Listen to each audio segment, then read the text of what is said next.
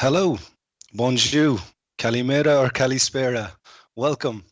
My name is Michael O'Grady, and I want to start today's fireside chat with a big thank you for taking the time to join us today in our session regarding navigating through the recent wave of iGaming uncertainty. As I said, my name is Michael O'Grady. I work with Salesforce. I'm with Salesforce almost 5 years now. Prior to Salesforce, I was with Oracle and SAP. I've been working on digital transformation and driving innovation across multiple businesses for some time now, and become somewhat of a specialist within iGaming and the player experience. Joining me today, I'm delighted to introduce Marijana, or Marijana, I'll let you introduce yourself, who is joining us for this chat. Thanks, Michael. Hi everyone. Thanks for joining. My name is Marijana. I work with SKS365 Malta. Well, I've been with the company for 9 years. My position now my role is head of online operations.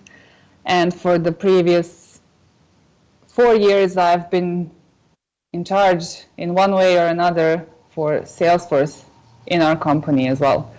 And in charge of Michael. Me. And in charge of me. Mariana, I haven't seen you in person in a while, so it's I'm delighted to have you here today. So look, the key walkaway that Mariana and I would like to give to the audience today is really how does a platform or Salesforce in this instance help you scale your business and navigate through these uncertain times, not just through COVID, but through digital transformations as well, which COVID has been an instigator of speeding up that process that iGaming businesses were going through regardless, but it's just sped up through COVID. So that's the key walkaway. We're going to start off with, Marijana, your introduction to Salesforce and where you came from as such. What were the systems that are typical in iGaming that you come from before you make the leap of faith into a platform like Salesforce? Can you talk us through that starting journey, please? Yes, of course. Well, I was actually introduced to Salesforce. I don't even know if you know this, Michael, like years before we started using it, because I was, we were using your typical legacy, let's call them legacy systems now. You know, we had a back office to handle the players. We had an email as a channel of communication, and we were literally using an email server for that. I think it was Online Outlook. And then we had the phone and the chat. So that's your standard channels. And they were all over the place. This is very typical. I mean, one back office for the players, you know, for their activities, email, chat was separate, phone was separate. And I was trying to, I received the task from my manager back then to try and find like a ticketing solution back then. And I instantly found Salesforce, but unfortunately we couldn't go that way. That was 8 years ago. And then 4 years ago, when the management structure changed in SKS, and my line manager back then was familiar, Anina, she was familiar with Salesforce. And she said, we are doing this. And I was like, please, I want to do this. So I was on board from day one. Resistance. You know?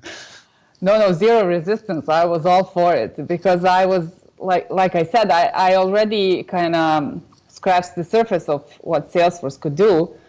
And I volunteered. I said, please, let me do this. And so I was there from day one. And, you know, we started with Service Cloud. So we wanted just to we wanted the 360-degree view of the players, which we definitely didn't have. We had, like I said, we had all those legacy systems which were outdated at the time, you know. So we didn't basically have the entire view of the customer, of what they want, you know, how they engage, what the pain points are, what are the strong suits. So we started with Salesforce, with Service Cloud. We did all of those channels in one go. So we integrated the email. We used the web forms, which are a standard, but we didn't have them back then. And then we had chat and we had phone instantly, you know. And the change was I can't even describe it. Let's say it was massive. Yeah, You know. and I think the biggest compliment to any technology is if users or leadership who have the experience of that technology, they bring it to the next company. And that's what I believe happened with SKS as well, with the success of how Anina and Troy Cox used it in the previous companies. They brought that technology stack or platform through into SKS, which is terrific. And also, like you mentioned, having those siloed channels all come into a single area repository to get that holistic view of your customer. What does that do for SKS in terms of the conversation levels you're having with your customers? How does it impact in a positive? Well, I think it's safe to say that when we kicked off with Salesforce, we finally knew what the customers want exactly, you know, because I mean, there's no nicer way to say it, you know. When you have the silos, you can't really tell for sure, and then you have everything in one place, and then you have I mean, I wasn't even aware of what Salesforce could do for us, like even from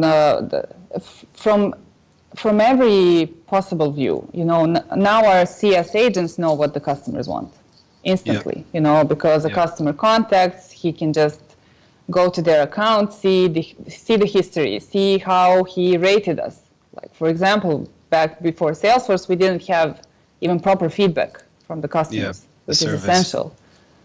Yeah, exactly. And it kind of helps you build a profile of a customer, like really build it. You know the history, you know how this customer ticks, where they want to spend their money, what they want to hear from us. If it's something that they don't want to hear, how you can put it there nicely, you know. Yeah. And then from a management point of view, which is how I use Salesforce now most of the time, like the multitude of reports and dashboards and everything you can do there, it's amazing. You know, you just have like a clear picture of what the clients want. And Marijana, you've come on leaps and bounds from 8 years ago to 4 to now. So can you tell the audience, I didn't mention this to you in the build-up, but I'd love to for you to talk through your admin course that you did with Salesforce. So you're actually a Salesforce admin, is that correct? Yes, I'm a certified admin. Yeah. You're a trailblazer and a Salesforce advocate. Okay, so this is interesting because I started learning Salesforce at the same time that that Troy and Anina brought it to the table, and because I liked it instantly. So I was like, yeah, let me see if I can learn this tool. And it was, it was great. I mean, the amount of resources that Salesforce offers for admins, like, so I did it all. I don't want to say it was a no effort thing, but it was kind of seamless, you know, because I was in charge of implementing the tool, of creating our Salesforce org, and then on the go I was learning and doing the trails. You know, there's like this trail mix for certification. I did that. So I followed it, and I passed the exam in my first try, which was kind of cool. Which is some of our own developers struggle with that. So congrats. But I think being an admin, and not even just being an admin, just going through a lot of those trail mixes and our learning platform and educating yourself on Salesforce. I think the title of this fireside chat today is about the uncertainty in iGaming, and SKS has certainly been hit. Planet Win has been hit with challenges. You know, you've got the retail element to your business, and you've been able to pivot. And I think with your certification and understanding of the breadth of the Salesforce platform, that has helped SKS to some degree.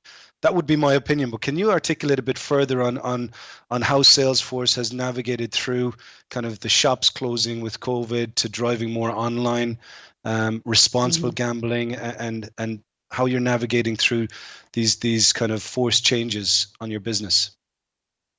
Yeah, I mean, the good thing is we've had Salesforce for 2 years, I think, when COVID hit. So we were already familiar with the tool, everybody was, and it's, you know, the good thing with Salesforce, you can take it with you.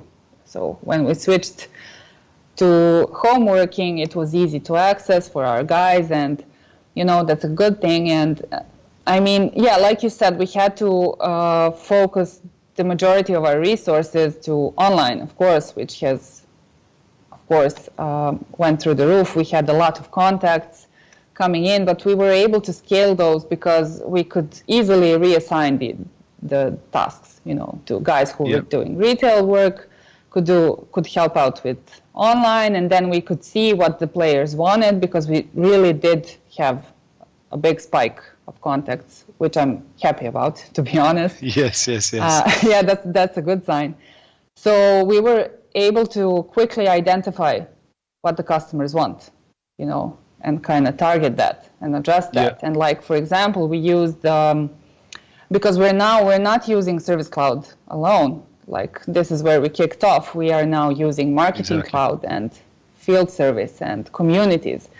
So like, for example, when the pandemic struck, we were able to send out newsletters to our players from Marketing Cloud, just to, you know, not to even try and sell them anything, just to engage with them, to let them know what's happening, what's new, and that was a big hit, to be honest. Players like that a lot. Absolutely. I love the way you reference the mobility, because Salesforce is a mobile first, and the irony is that Salesforce was ready for a work from home, or what we call a work from anywhere environment.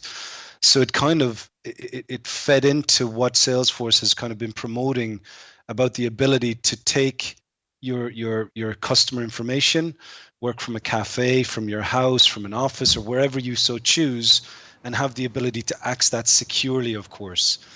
And security is paramount. So I would like to get into, I use this tagline, Marijana, a lot about when you buy Salesforce, it's just not like a similar, I think we've differentiated already that it's not a modular application. It's not just a ticketing tool.